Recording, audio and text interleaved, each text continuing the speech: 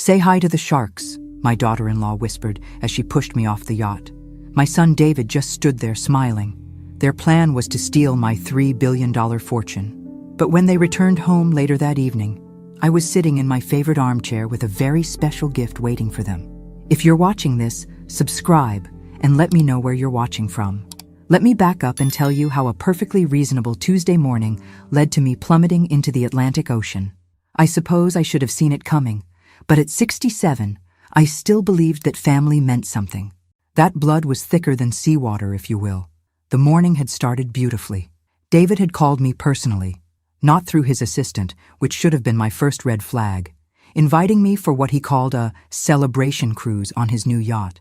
"Mom, we want to toast your recovery from the surgery," he'd said, his voice warm with what I mistook for genuine affection.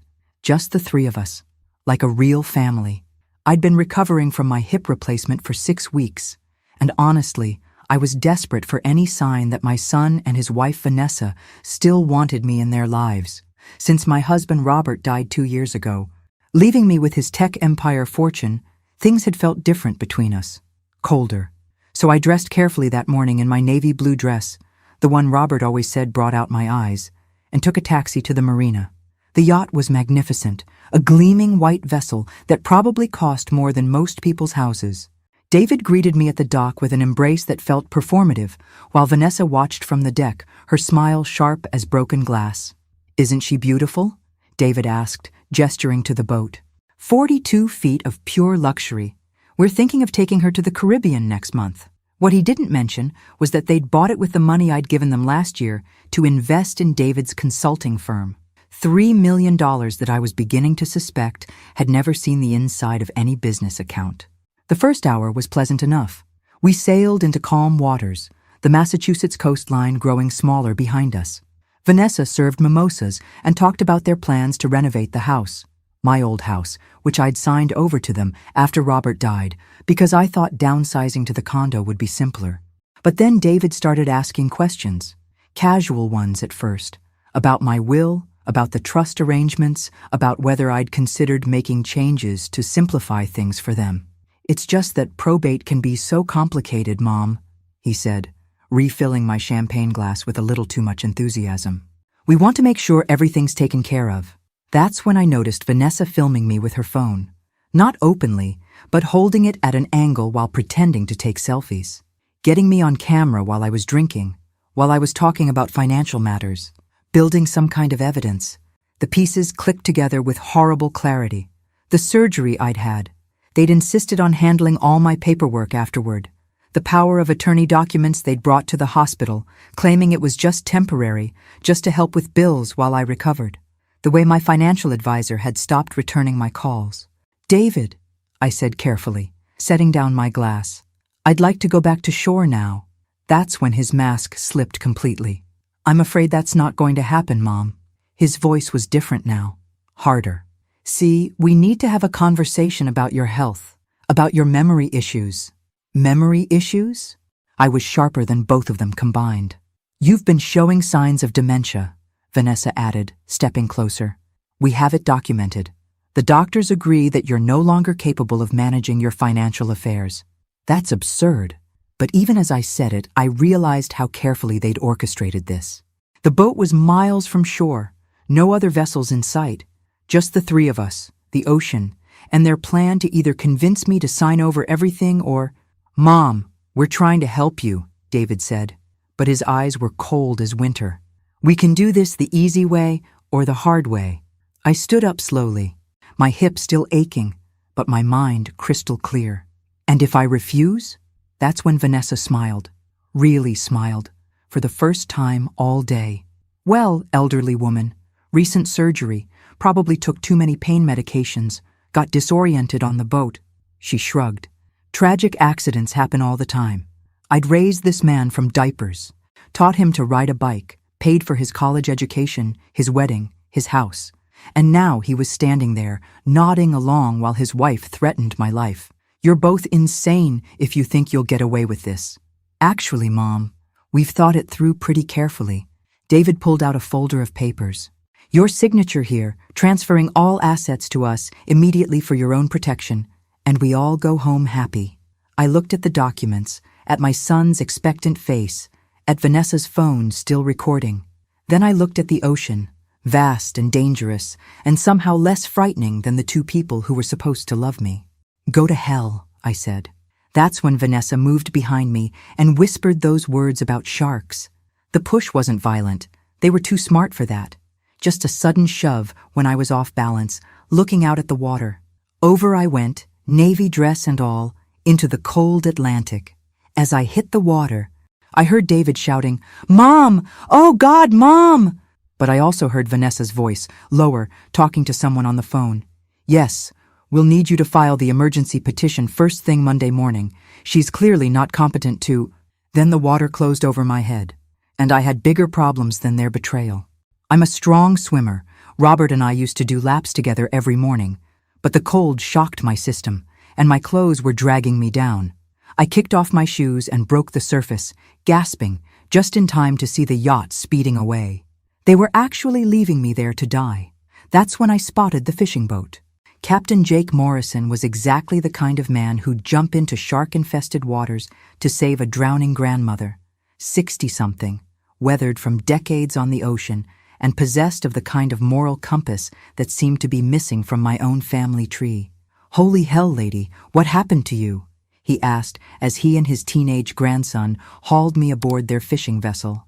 I was shivering uncontrollably, my teeth chattering so hard I could barely speak. Jake wrapped me in a blanket that smelled of salt and motor oil while his grandson Tyler started the engine. My family," I managed between chattering teeth. The yacht. "We saw them take off like a bat out of hell," Jake said grimly. "Didn't look back once. What kind of people leave someone floating in the middle of the ocean? The kind who inherit $3 billion if I'm not around to stop them," I thought. But out loud, I just said, "The kind who aren't really family." Jake radioed the Coast Guard while Tyler wrapped another blanket around me. "This is the Molly Sue. We've got a woman we pulled from the water about 12 miles southeast of Gloucester. She's conscious, responsive, but needs medical attention." "Wait," I said, grabbing Jake's arm. "Please, don't let them know you found me." "Not yet." Jake studied my face with the sharp eyes of someone who'd seen enough of life to recognize when someone was running from more than just cold water. "You in some kind of trouble?" "Yes, but not the kind you're thinking." I took a shaky breath. "I need to get to shore without anyone knowing I survived. Can you help me?" Tyler looked at his grandfather uncertainly. "Grandpa, shouldn't we—" "Should and shouldn't are funny things," Jake said slowly. "Sometimes doing the right thing doesn't look like following the rules." He keyed the radio again. "Coast Guard, this is Molly Sue. False alarm on that rescue. Turned out to be debris in the water. All clear." As we headed toward a small private dock Jake knew, I told them everything. About David and Vanessa. About the money. About the documents they wanted me to sign. Jake listened without interruption, his expression growing darker with each detail. "So they figured they'd rather be rich orphans than broke kids with a living mother," Jake said when I finished. "Apparently so. What are you going to do?" That was the question, wasn't it? What was I going to do? I was officially dead as far as David and Vanessa knew. They'd go back to shore, call the authorities, report me missing overboard, play the grieving family while they executed whatever legal documents they'd prepared. But here's the thing about being supposedly dead. It gives you options you never had while you were alive. "I'm going to let them think they won," I said, surprised by how calm my voice sounded. "And then I'm going to destroy them." Jake grinned for the first time since pulling me from the water. Now that sounds like a plan worth helping with. Tyler dropped us at a tiny dock in a cove I'd never seen before. Jake knew a woman there who ran a small bed and breakfast. No questions asked, cash only. Mrs. Chen, a tough-looking woman in her 70s who took one look at my bedraggled state and immediately started heating soup, didn't even blink when Jake explained I needed a place to stay off the books for a while. "Honey, I've been running this place for 30 years, she said, ladling chicken broth into a bowl. "I've seen people running from all kinds of things. Long as you're not bringing violence to my door, you're welcome."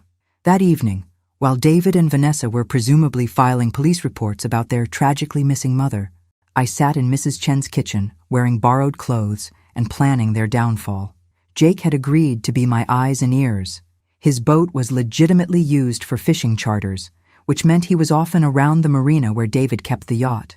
He could monitor their movements, listen to their conversations, maybe even do some investigating of his own. "Here's what I don't understand," I said, sipping my third cup of coffee. "How were they planning to make this legal? Even if I died accidentally, there are procedures, investigations." "That's what's been bothering me too," Jake agreed. "They had to have more than just forged documents. They needed someone on the inside." That night, I made a list of everyone who'd had access to my financial information since Robert died. My lawyer, my accountant, my financial advisor, the bank managers, the trust officers. Someone had been feeding David and Vanessa information, helping them plan this. And I was going to find out who. But first, I needed to know exactly what story they were telling about my disappearance. Mrs. Chen had an old computer with internet access, and I spent hours reading news reports about the tragic boating accident that claimed the life of prominent businessman Robert Harrison's widow. The articles painted a picture of a grieving family dealing with an elderly woman's declining mental state. David was quoted extensively, talking about my confusion and memory issues in recent months. Vanessa had apparently sobbed to reporters about how worried they'd been about my safety. They'd even included a photo, me at David's birthday party last year, looking slightly bewildered as I held a drink. I remembered that moment. I'd been confused because no one had told me it was a surprise party, and I'd arrived at what I thought was a quiet family dinner to find 20 strangers in my former home. But in the photo, I just looked lost and elderly, exactly the image they wanted to project. The obituary was already online. Margaret Harrison, beloved mother and grandmother, passed away in a tragic boating accident while enjoying an outing with her devoted family. In lieu of flowers, the family requests donations to the Alzheimer's Association.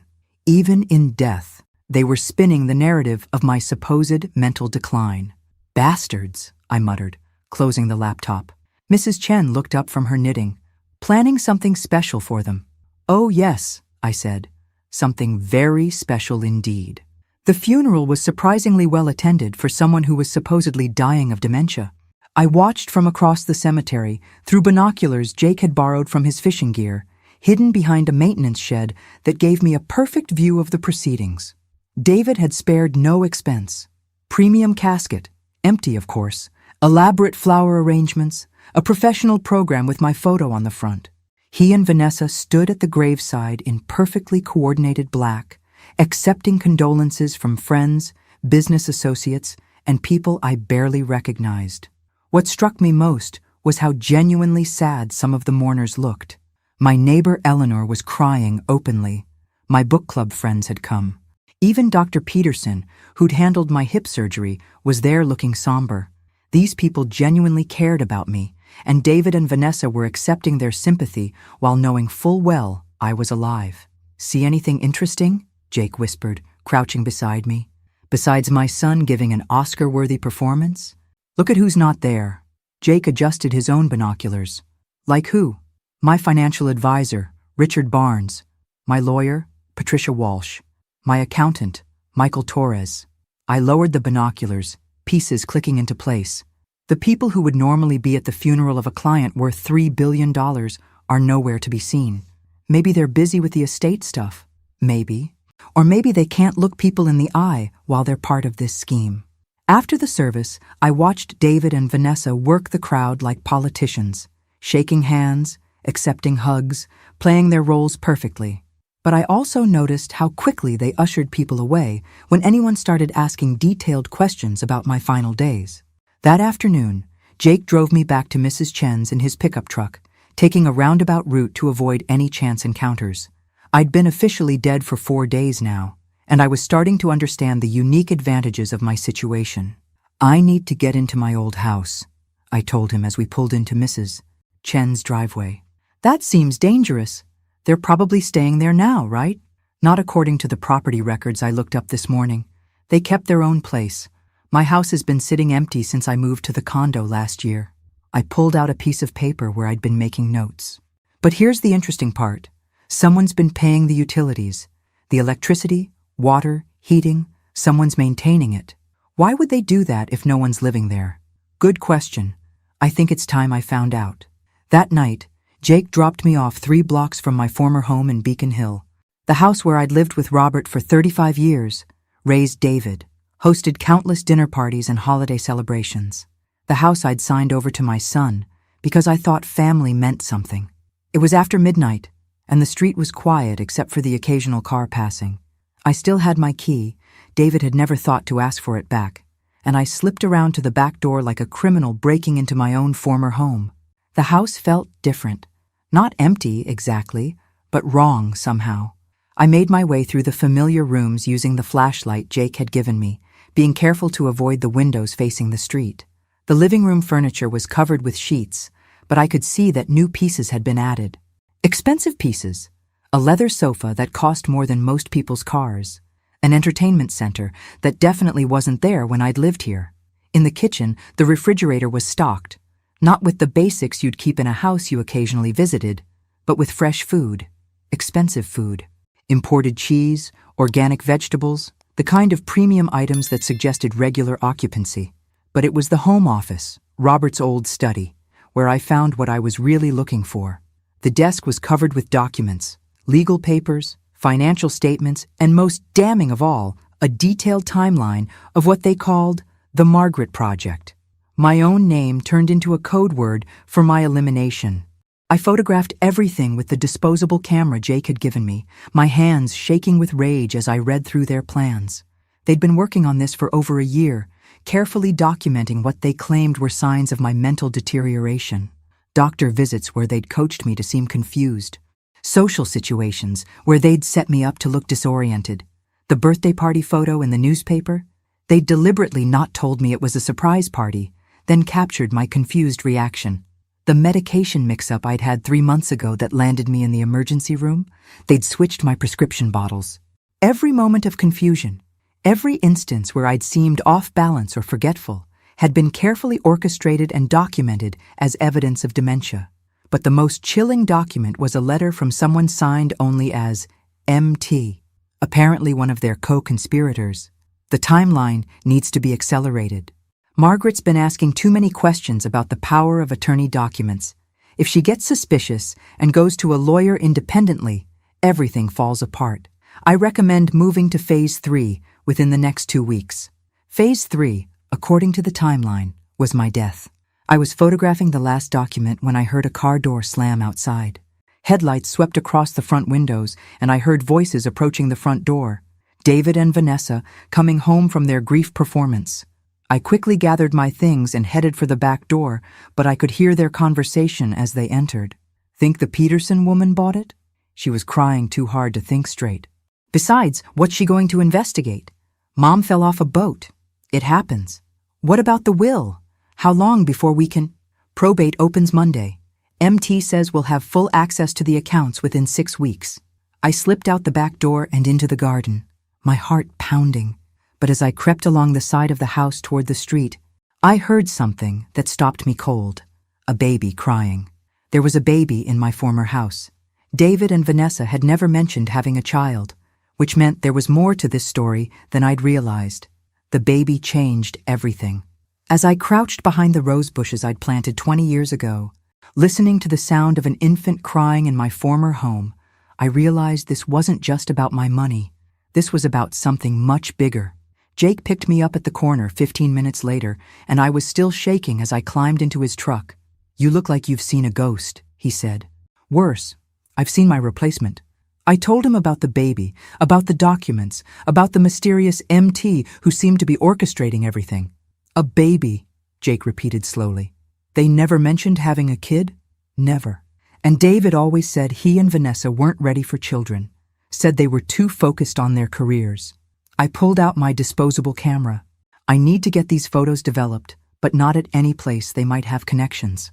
Jake knew a guy in Gloucester who ran a 1-hour photo shop and didn't ask questions. While we waited for the pictures, we sat in Jake's truck, drinking coffee from a gas station and trying to piece together the puzzle. "So they've been planning this for over a year," Jake said, studying my notes. "Systematically making you look incompetent, documenting everything, getting someone inside your financial team to help them. And now there's a baby involved, which means either they've been lying about having children Or, I stopped, another possibility occurring to me. Or the baby isn't theirs. What do you mean? Think about it. If they've been planning to steal my fortune, they'd want to make sure they have a legitimate heir, someone to inherit everything if something happened to them. But they'd need a child with the right bloodline, the right legal claim. Jake looked at me with concern. You think they stole a baby? I think they did something. And I think MT, whoever that is the key to understanding what. The photos were devastating when developed. Clear evidence of their year-long conspiracy, complete with timelines, fake medical reports and financial projections showing how they planned to spend my money. But the most disturbing photo was the last one. A birth certificate I'd almost missed, tucked under other papers. Baby Harrison, born 3 weeks ago. Mother, Vanessa Harrison. Father, David Harrison. But I'd been around Vanessa just 4 days ago on that yacht. She definitely wasn't recovering from childbirth. This birth certificate is fake, I told Jake, completely fabricated. So, whose baby is it? That night, I couldn't sleep. I lay in Mrs. Chen's guest room staring at the ceiling and thinking about everything I'd learned. My son and daughter-in-law had spent over a year systematically destroying my reputation, planning my murder and forging documents to steal my fortune. And now they had a baby, whose existence they were hiding from the world. The next morning, I made a decision that surprised even me. I'm going back, I told Jake over breakfast. But not to the house. I'm going to follow them. That's dangerous as hell. Margaret, if they see you, they won't. Because as far as they know, I'm fish food. I spread out a local map on Mrs. Chen's kitchen table. Look, they have to take the baby somewhere during the day. Daycare, babysitter, something. Babies don't just disappear for 8 hours while their parents play grieving family. Jake studied the map doubtfully. And what are you hoping to find? The truth about that baby. And hopefully, the identity of MT. Mrs. Chen, who'd been quietly listening while washing dishes, finally spoke up. There's a private investigator in town who owes me a favor. Professional, discreet, and very good at following people without being seen. I can't involve anyone else in this, I protested. Honey, Mrs. Chen said, drying her hands on a dish towel, you're way past being able to handle this alone. These people tried to kill you. They're not going to hesitate to try again if they figure out you're alive. She was right, of course. But hiring a private investigator would require admitting to more people that I wasn't actually dead. It meant expanding the circle of people who knew my secret. What kind of favor does this investigator owe you? Mrs. Chen smiled mysteriously. The kind where my grandson didn't go to jail for something stupid he did when he was 22. PI named Danny Crawford. Former cop. Very reliable and excellent at making problems disappear. By noon, I was sitting in Danny Crawford's small office above a sandwich shop in downtown Gloucester, telling my story for the 3rd time in a week. Danny was about 50, with prematurely gray hair and the kind of alert eyes that missed nothing. So, you want me to follow your son and daughter-in-law, find out about this mysterious baby, and identify their co-conspirator, he summarized after I finished. That's right. And you're paying me with what? Because according to the newspapers, all your assets are frozen pending probate. I pulled out an envelope I'd prepared earlier. Cash. I had some emergency money hidden in a safety deposit box that David doesn't know about. Robert always insisted we keep liquid funds available for emergencies. Danny flipped through the bills, enough to cover 2 weeks of surveillance, and nodded. I'll need photos of the targets and any addresses where they might be staying. I gave him everything I had, including the photos from my break-in at the house. Danny studied them carefully, paying particular attention to the documents with the mysterious MT signature. This handwriting looks familiar, he said, pulling out a magnifying glass. Professional, but with some distinctive characteristics. Mind if I run this through some databases? Do whatever you need to do.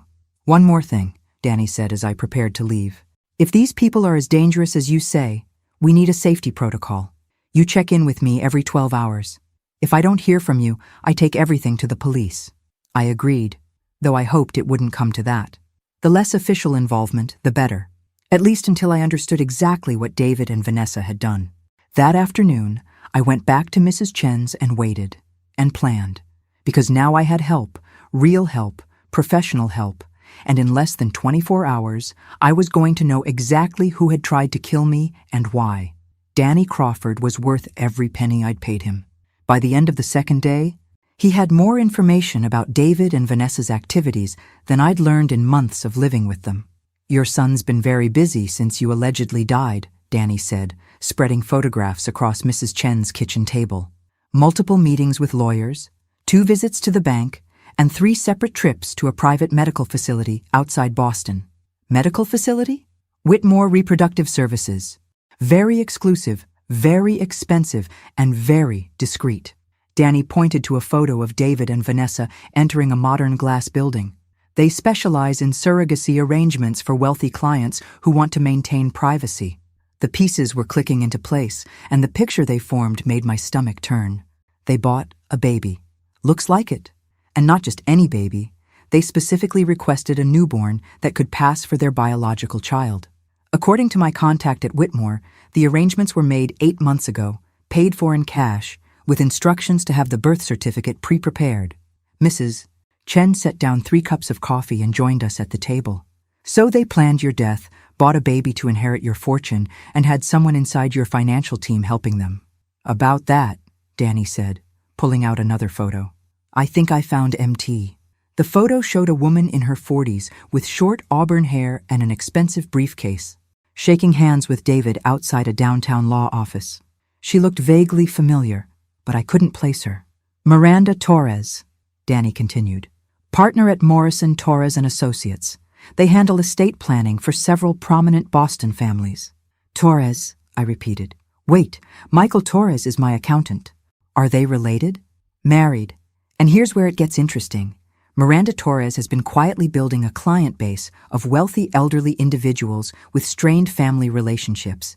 She specializes in what she calls family transition planning." I stared at the photo, recognition finally dawning. "I met her about 6 months ago at some charity function David dragged me to. She was very interested in my estate planning, kept asking questions about my trust structures." "I'll bet she was. Because Miranda Torres has a very specific business model. She identifies elderly clients with substantial assets and estranged families, then helps the families accelerate their inheritance through what she calls compassionate intervention." "You mean murder," Mrs. Chen said bluntly. "I mean, she creates legal frameworks that allow families to take control of assets while the elderly person is still alive, using claims of incompetence, dementia, or diminished capacity. She's done it at least 6 times in the past 3 years." Danny spread out more photos. Surveillance shots of Miranda Torres meeting with different families, entering various law offices, visiting what appeared to be private medical facilities. She's running a whole operation.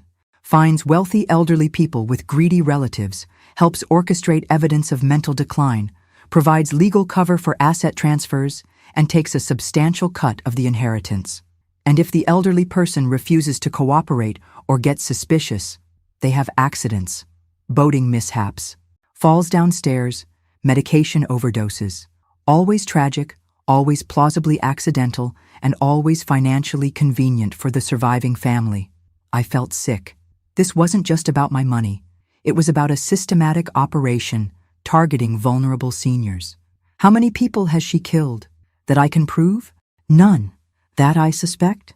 At least 12 over the past 5 years. She's very good at covering her tracks, and she only works with families who can provide plausible alternative explanations for their relatives' deaths. We have to stop her. We will. But first, we need to understand exactly what your son and daughter-in-law have already put in motion. Because according to my sources, they filed preliminary probate documents yesterday. Danny pulled out a legal folder. They're claiming you died intestate, without a valid will, which would make them your sole heirs. They're also claiming that any existing estate planning documents are invalid because they were signed while you were mentally incompetent. But I have a will, a very specific, detailed will that was updated just 2 years ago. I know. I found it. Danny opened the folder and pulled out a familiar document. My will, with what appeared to be my signature at the bottom, but the text was completely different from what I remembered signing. "They replaced it," I whispered, scanning the forged document. "This leaves everything to David, with provisions for any future children he might have, including the baby they just acquired through Whitmore Reproductive Services. I stood up and walked to Mrs. Chen's window, looking out at the ocean. A week ago, I'd been a grieving widow trying to maintain a relationship with my only family. Now I was a murder victim who'd survived her own assassination, discovering that my son was part of a larger criminal enterprise targeting elderly people. "There's something else," Danny said gently, "about the baby." I turned back to face him. The birth mother was a 17-year-old girl named Sarah Collins. Runaway from Maine, no family, no support system. Miranda Torres found her at a shelter in Portland and offered her $50,000 to carry a baby for a loving couple who couldn't have children. Where is she now? Danny's expression was grim. According to the medical records, she died from complications during delivery. But I spoke to a nurse at Whitmore who remembers Sarah. Healthy girl, no risk factors, normal pregnancy right up until the day she gave birth. The implication hung in the air like smoke. "They killed her," I said. "I think so, but I can't prove it yet." Danny gathered up his photos. "What I can prove is that your son and daughter-in-law are part of a criminal organization that's been systematically murdering elderly people for their money. And tomorrow morning, they're meeting with Miranda Torres to finalize the legal transfer of your assets." I sat back down, my mind racing. Where? Torres's office, downtown, 10 a.m. I looked at Mrs. Chen, then at Danny, then at the photos spread across the table showing my son shaking hands with a professional killer. Then I guess it's time for Margaret Harrison to rise from the dead. The hardest part about planning your return from the dead is deciding which audience gets the shock first. I could confront David and Vanessa privately, giving them a chance to explain themselves, but that assumed they deserved an explanation. Or I could make my resurrection public, letting them discover I was alive the same way the rest of the world would. I chose option 3, strategic haunting. "You want to what?" Danny asked when I explained my plan. "I want them to know I'm alive, but not know how much I know about their operation. I want them scared, off balance, making mistakes." Mrs. Chen nodded approvingly. "Psychological warfare. I like it." The plan was simple but effective. While David, Vanessa, and Miranda Torres were in their downtown meeting dividing up my assets, I would be making my presence known in more subtle ways. Danny had discovered that they were keeping the baby at David's house during the day, with a private nurse who'd been hired through one of Miranda Torres's front companies. The nurse, a woman named Carol Peterson, had no idea she was caring for a baby that had been essentially purchased through the death of its teenage mother. "Carol's a good person," Danny assured me after running a background check. "Single mom, nursing degree, clean record. She probably thinks she's helping a legitimate family with childcare. Then she deserves to know the truth." That morning, while David and Vanessa were downtown legally erasing me from existence, I stood on the front porch of my former home and rang the doorbell. Carol Peterson was younger than I'd expected, maybe 35, with tired eyes and genuine warmth. She opened the door holding a baby bottle and wearing scrubs covered with cartoon animals. "Can I help you?" she asked. "Hello? Carol, my name is Margaret Harrison. I believe you're caring for my grandson." The blood drained from her face. She knew that name. It had been all over the news for the past week. The wealthy widow who died in a boating accident. You're dead?" "Yes, I've been reading about that. I've been reading. Fascinating story, though not entirely accurate." I smiled gently. "May I come in? I think we need to talk." Carol stepped back, still staring at me like I was actually a ghost. "But you died. In the papers, on the news. Your son said—" "My son said a lot of things, apparently. Not all of them true." I followed her into the living room, my former living room, where a baby sat in a bouncy seat, gurgling contentedly. "Oh," I breathed, seeing the infant for the first time. "Oh, you beautiful thing." The baby was perfect, maybe 3 weeks old, with dark hair and serious brown eyes. He was wearing an expensive outfit, and the room around him was filled with high-end baby equipment that must have cost thousands of dollars. "What's his name?" I asked, settling into a chair beside the bouncy seat. "Baby Harrison," Carol said automatically, then caught herself. They said his name was going to be Robert Jr., after his grandfather, but they haven't decided for sure. They haven't decided because they don't know him well enough to name him," I said softly. Because he's not really their baby, is he? Carol sat down heavily on the sofa. I don't understand what's happening. You're supposed to be dead. And David and Vanessa, they're supposed to be grieving parents who needed help with their newborn while they dealt with family matters. Carol, I need you to listen very carefully. This baby is not David and Vanessa's biological child. They purchased him through an illegal surrogacy arrangement that resulted in the death of his birth mother. And they attempted to murder me 6 days ago so they could steal my inheritance and raise this child as their heir. That's impossible. I pulled out the photos Danny had taken, the documents I'd copied from David's home office, the evidence of Miranda Torres's criminal operation. I showed Carol everything, watching her expression shift from disbelief to horror as the scope of the conspiracy became clear. The teenage girl who gave birth to this baby was named Sarah Collins, I said gently. She was 17 years old with no family, no support system. They told her she was helping a loving couple who couldn't have children. She died during delivery under suspicious circumstances. Carol was crying now, looking at the baby with new understanding. He's an orphan. Yes, and if David and Vanessa get away with this, he'll grow up thinking they're his parents, never knowing his real mother died to give him life. What do you want me to do? I want you to take pictures. Document everything you can about how they treat him, what they've told you, who else has been involved. And then I want you to help me make sure this baby grows up knowing the truth about where he came from. Carol wiped her eyes and nodded.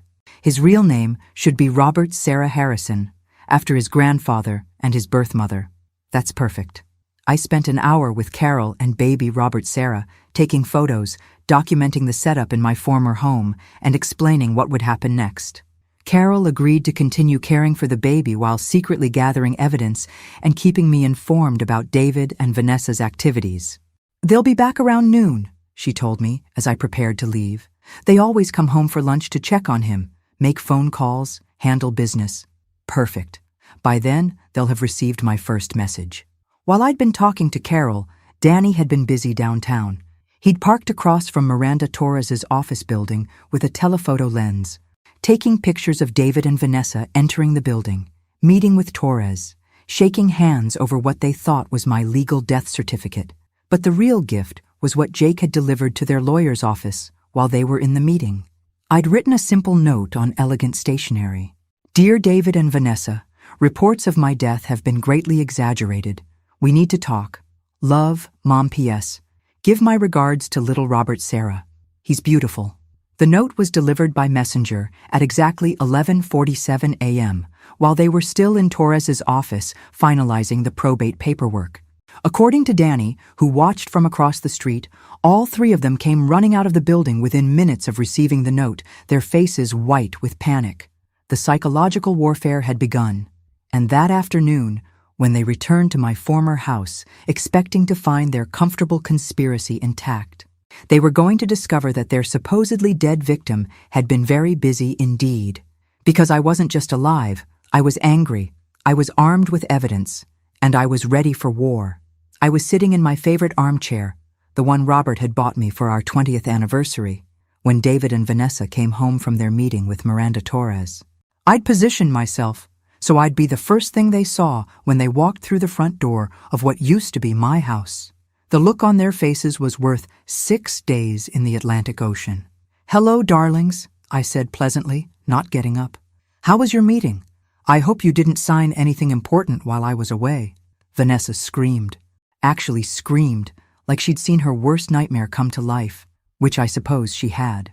David just stood there with his mouth open, still holding his keys, staring at me like I might disappear if he blinked hard enough. Surprised? I asked. I have to say, the reports of my death were terribly premature, though I did enjoy reading my own obituary. Alzheimer's donations, really? That was a nice touch. Carol appeared from the kitchen, carrying baby Robert Sarah. She'd been waiting in the back of the house as we'd planned, ready to witness whatever happened next. Mrs. Harrison asked me to bring the baby out, Carol said nervously. She wanted to meet her grandson properly. Her grandson? Vanessa found her voice, though it came out as a croak. Carol, this woman she's dead? I supplied helpfully. Yes, we covered that. Turns out drowning is harder than it looks, especially when there are good people around to pull you out of the water.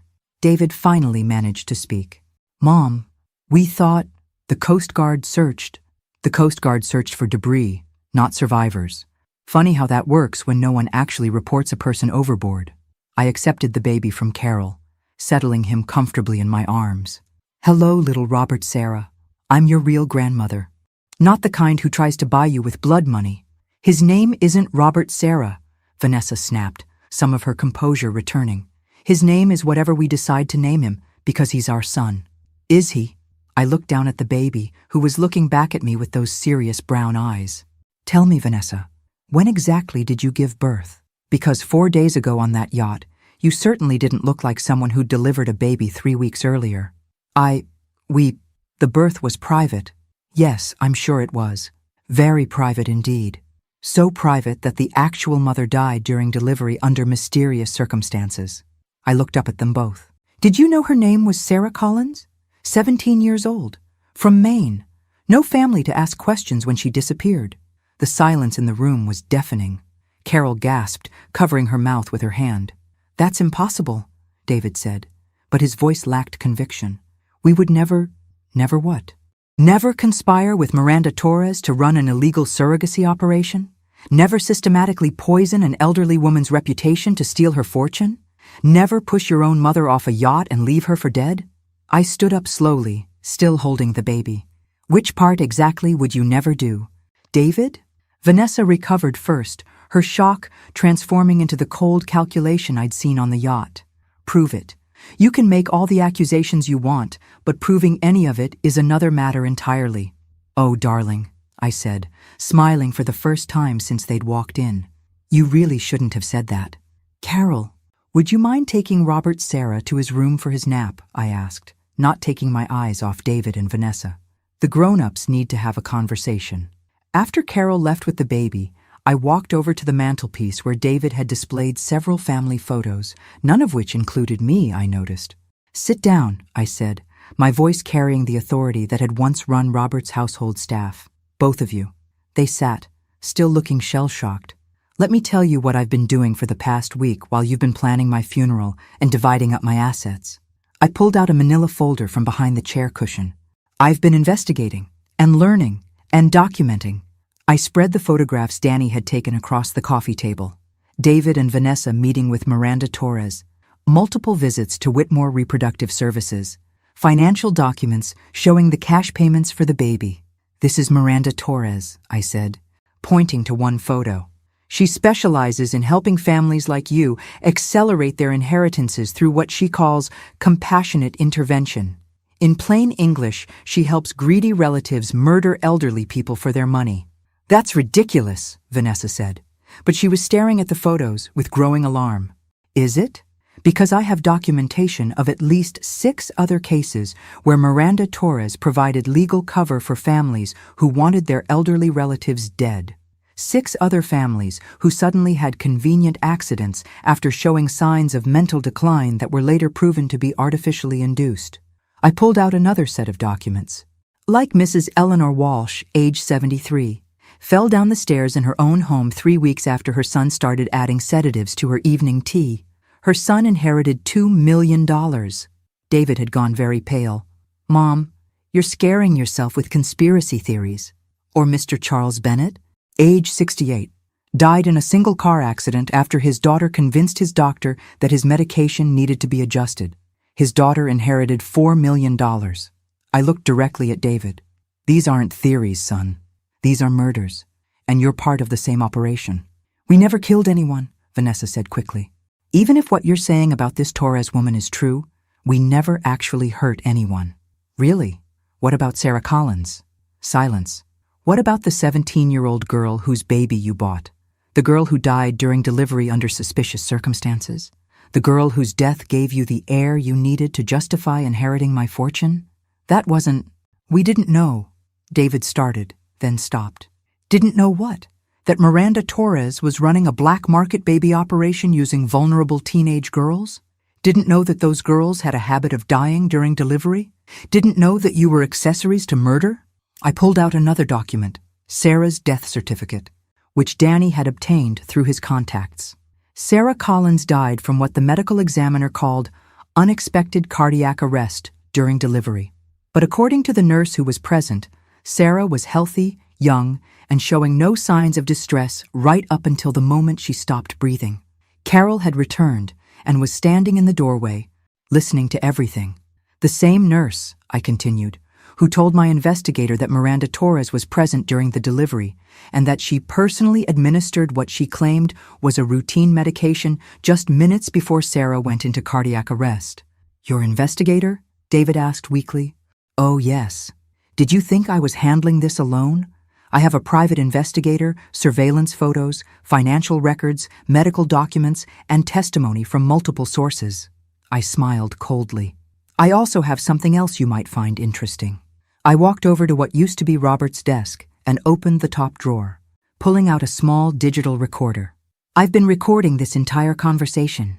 Every word you've said, every admission you've made, every piece of evidence you've confirmed. I held up the recorder. Did you know that in Massachusetts, only one party needs to consent to recording a conversation? And since this is taking place in what used to be my home, I think I qualify as a consenting party. Vanessa jumped to her feet. You can't use that in court. It's entrapment or something. Actually, it's evidence. Evidence of conspiracy, fraud, and accessory to murder. Evidence that will put both of you in prison for a very long time. David finally found his voice. What do you want? What do I want? I laughed, and it wasn't a pleasant sound. I want my money back. I want that baby properly adopted by a family who will love him and tell him the truth about his birth mother. I want Miranda Torres arrested for the serial killer she is. And I want you both to spend the rest of your lives remembering that you tried to murder your own mother for money. And if we cooperate?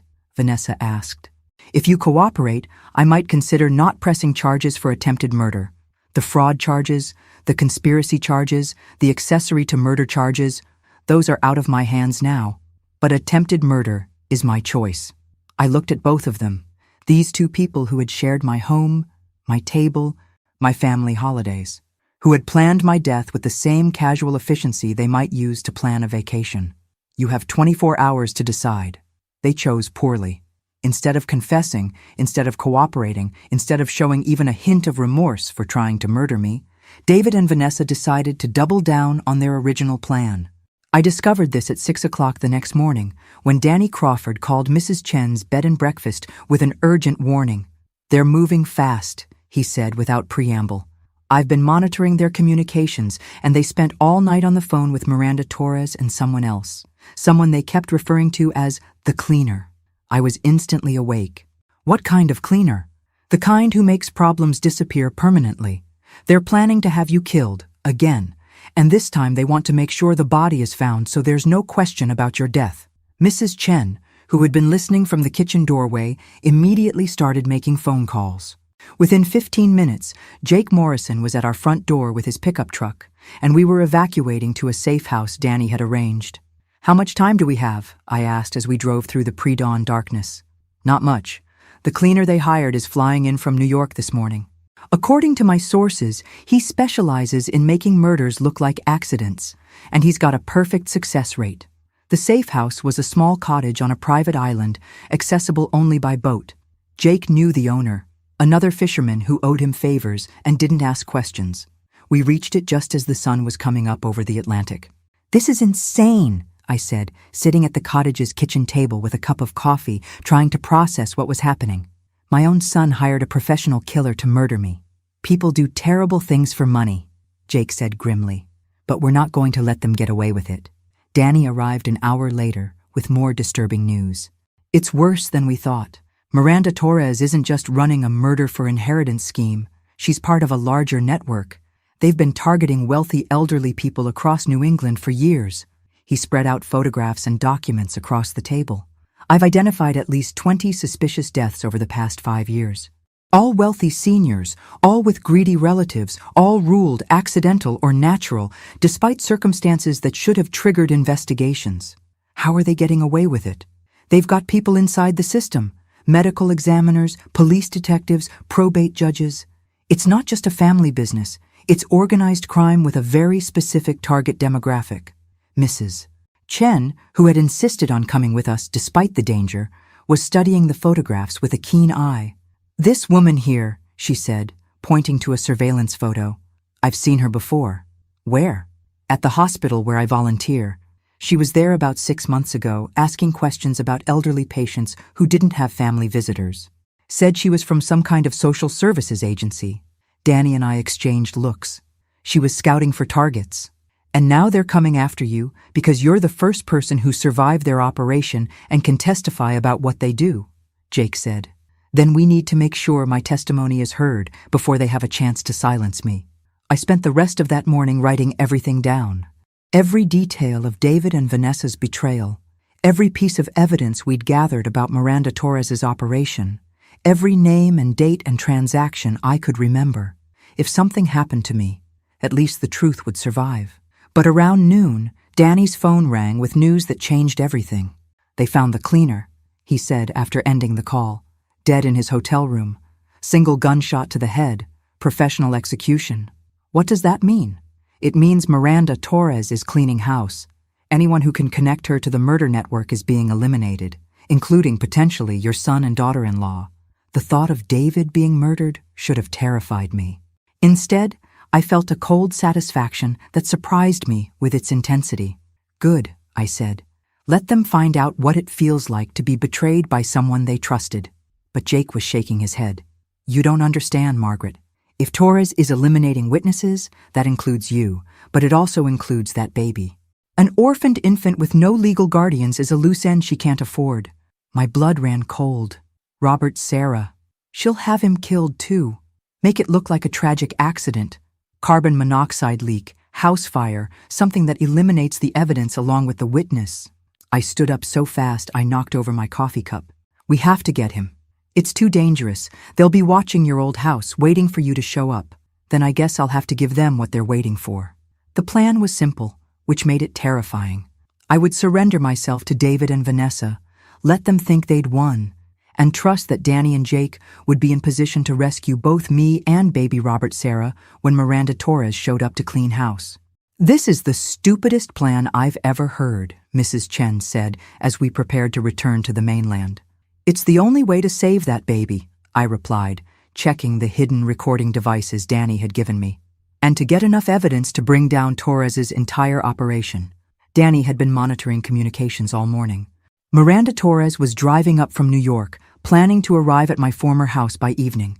David and Vanessa had been told to have me there, alive, so Torres could question me about what I knew before arranging my final accident.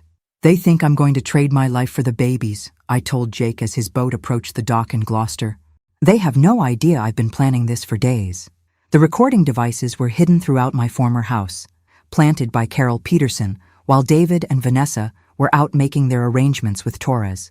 Carol had also positioned cameras in strategic locations and would be hiding in the basement with baby Robert Sarah, ready to escape through the old servant's entrance if things went wrong.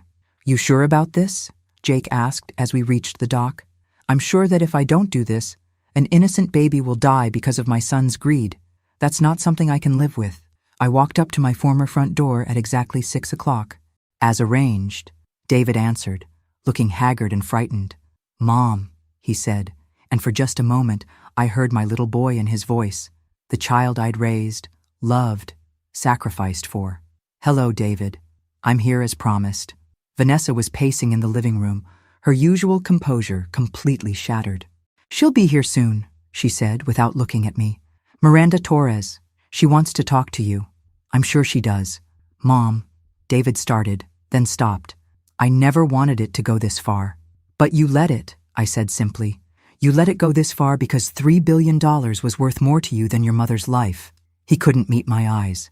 Miranda Torres arrived precisely at 7 o'clock. She was smaller than I'd expected, a neat, professional-looking woman who could have been anyone's accountant or lawyer, which I supposed she was.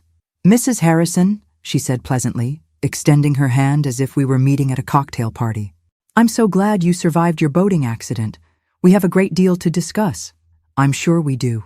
She sat across from me in what used to be my own living room, opened a leather portfolio, and began speaking as if we were negotiating a business contract.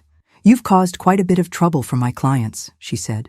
David and Vanessa followed my instructions precisely, and yet here you are, very much alive and apparently well informed about matters that don't concern you.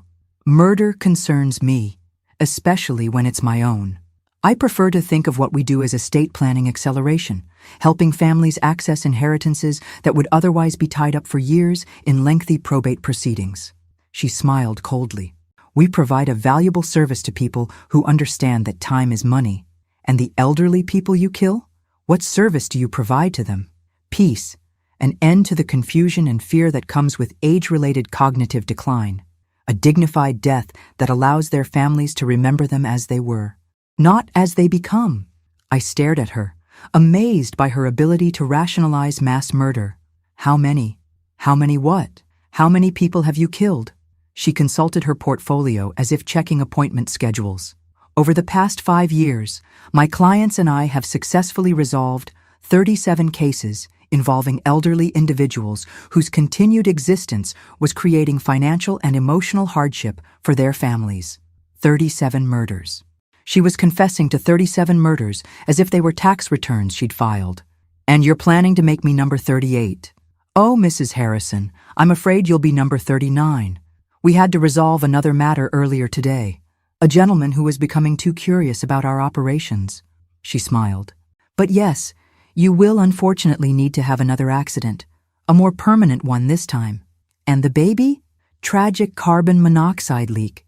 These old houses, you know, faulty heating systems can be so dangerous. I looked at David and Vanessa, who were sitting frozen on the sofa like mannequins. This is what you wanted? Not just my death, but the death of an innocent baby? Neither of them answered. The baby is a loose end, Torres continued matter-of-factly.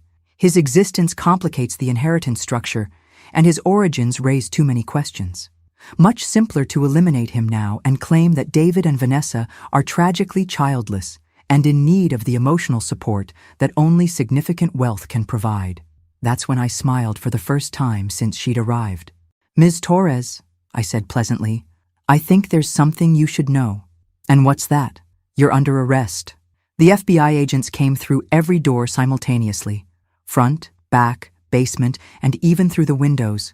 They'd been listening to every word Miranda Torres had said, recording her confession to 37 murders and her plans to commit 2 more. Miranda Torres, Agent Sarah Chen announced, you're under arrest for conspiracy to commit murder, wire fraud, elder abuse, and racketeering. Torres tried to run. She actually bolted for the kitchen, probably hoping to escape through the back door. She made it about 6 feet before 3 agents tackled her to my former hardwood floors. David and Vanessa just sat there in shock as Agent Chen read them their rights. Margaret Harrison, Agent Chen said, turning to me with a smile. That was extremely dangerous and extremely well done. It turned out that Danny Crawford wasn't just a private investigator. He was a former FBI agent who'd been working undercover to investigate the elder abuse network that Miranda Torres had been running. My case had provided the perfect opportunity to get Torres to confess on tape to her entire operation. We've been tracking her for 2 years, Agent Chen explained as the house filled with crime scene technicians. But she was too careful, too smart. She never directly participated in the murders. She always used intermediaries and made sure she had plausible deniability. Until today, I said. Until today, when she confessed to 37 murders while planning 2 more on federal recording equipment. Carol Peterson came up from the basement carrying baby Robert Sarah, both of them unharmed. Is it over? She asked. It's over, I confirmed, taking the baby from her arms. At least, the dangerous part is over. The legal part took months. David and Vanessa were charged with conspiracy to commit murder, fraud, elder abuse, and accessory to murder in the death of Sarah Collins. They both took plea deals, 25 years for David, 20 for Vanessa. Miranda Torres went to trial and was convicted on all counts. Life in prison without possibility of parole. The network she'd built was dismantled over the following year. 17 other conspirators were arrested, including corrupt medical examiners, probate lawyers, and family members who'd participated in the murders. The investigation revealed that the operation had stolen over $200 million from elderly victims across 6 states. But the most important outcome was baby Robert Sarah.